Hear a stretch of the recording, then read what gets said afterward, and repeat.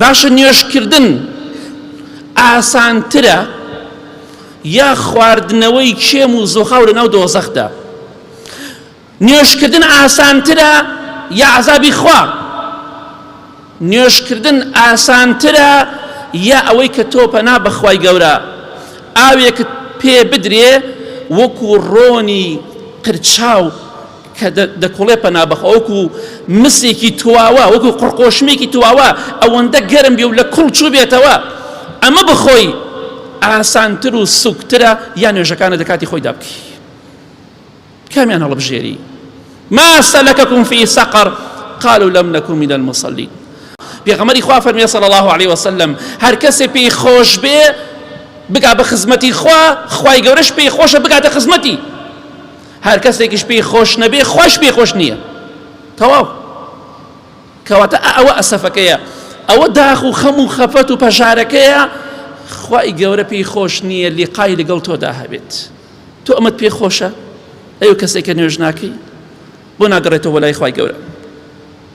گەورەترین مصیبەت ئەوەیە ئینسان زیندوو بێ بەڵام ترسی خوا لە دڵیدا مردوو بێ. زیندووە بەڵام ترسی خوا لە دڵیدا مردوو نییە. ئەوە مصیبەتی گەورەیە. مردن مصیبەت نییە، هەمومان دەیبینین. مصیبەت ئەوەی ئینسان بە شەرمەزاری و ڕوڕەشی بگەڕێتەوە بە لای خوای گەورە. ئەو کەسێک کە نوێژ ناکەی یاخود هەندێک لە نوێژەکانت دەفەوتێنی، ئەو کەسێک کە نوێژی بەیانی ناکەی جگە لە ڕەمەزان، ئەو کەسەی کە نوێژەکانت دەفەوتێنی بەهۆی عیبادەت نا بەهۆی کەسابەت. چونکە ئینسانی ئیمان زەعیف دەڵێت کاکە خوای گەورە فەرمێتی عیبادەت نەیتۆ کەسابەت و عیبادەت و کەسابەت، فەرمێتی کەسابەت و عیبادەت. سوێن بەخوا قسەکە سەد دولار ڕیبەڕێسان درۆیە. ئەڵێ کاکە مش عیبادەتە نوێژیش دەکەی احتیادیە، چونکە مش عیبادەتە بەڵام بۆ مەرجەی لە خوا بترسی بە حەڵاڵی پەیدایکەی. عیبادەت نییە نوێژەکانی بۆ فەوتێنی. بەڵێ لەبەر خاتری کەسابەت، لەبەر خاتری خەو، لەبەر خاتری وەزیفە، لەبەر خاتری کۆمەڵێ شت، ئێستا هەزارها کەسێ لەبەر خاتری ئەوەی تۆزێ بەنزینی دەستکەوێ لەبەر 10,000-15,000 نوێژەکەی جومعەی فەوتانوە. ئەوە بەتەمای بچی بۆ بەهەشت و فیردەوس زۆر سەهووی زۆر بە هەڵەدا چوویتە. ئەوەنە دنیا پەرستی گوێت لە جومعە و جەماعەت نەبێ لەبەر خاتی دنیا، دڵنیا بەخوای گەورەش پێی خۆش نییە تۆ ببینێت بە خۆشەویستی ئەوە.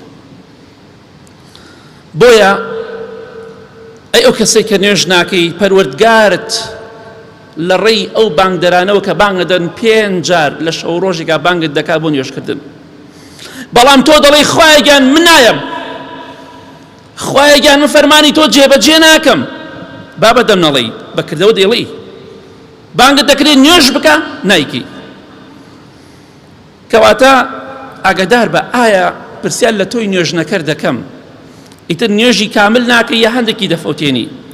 باشە نوێژکردن ئاسانترە یا خواردنەوەی کێم و زۆخاو لە ناو دۆزەخدا؟ نوێژکردن ئاسانترە یا عەزابی خوا؟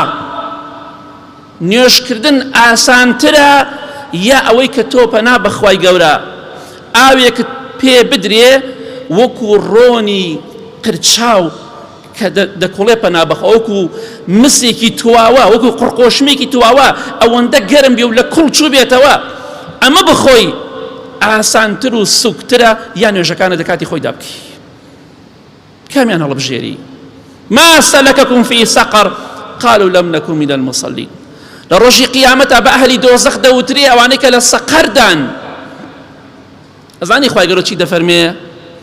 وما أدراك ما سقر لا تبقي ولا تذر لواحة للبشر. سقر ئەزانی چۆنە؟ خوای گەورە دەفەرمێ کە لێت ئەدا و ئاگری سەقەرە نە گۆشت ئەمێنێ نە دەمار ئەمێنێ نە پێست ئەمێنێ، هەمووی ئەسووتێنێ. گۆشت و پێست و دەمار هەمووی ئەسووتێنێ. لەواحة للبشر، دەم و چاوت هەمووی ڕەشەکە ئەیسووتێنێ. پەنا بە خوای گەورە دەی ئەو کەسەی نوێژ نەکات لە سەقەردایە. ئایا چوونە سەقەر ئاسانتر و قورسترە یاخود ئەوەی کە نوێژەکانت بکەی بۆ خۆت هەڵی بژێرە؟ سەقەرتەوێ یا بەهەشتەوێ؟ ڕەزامەندی خواتەوێ یا ئاگر و کێم و جەراحەت و زۆخاو دەوێ بیخۆیتەوە. بۆیە ئەمە ئاسانترە ئەمڕۆ بگەڕێتەوە بۆ لای خوا نوێژ و عیبادەت بکەی. زۆر لەوە ئاسانترە بەیانی ناو ئاگری دۆزەخا سزا بدرێی، گۆشتت بسووتێ، پێستت بسووتێ، دەمارت بسووتێ. کامیان خۆشترە؟ ڕەزامەندی خوا یا تۆڕەی خوا؟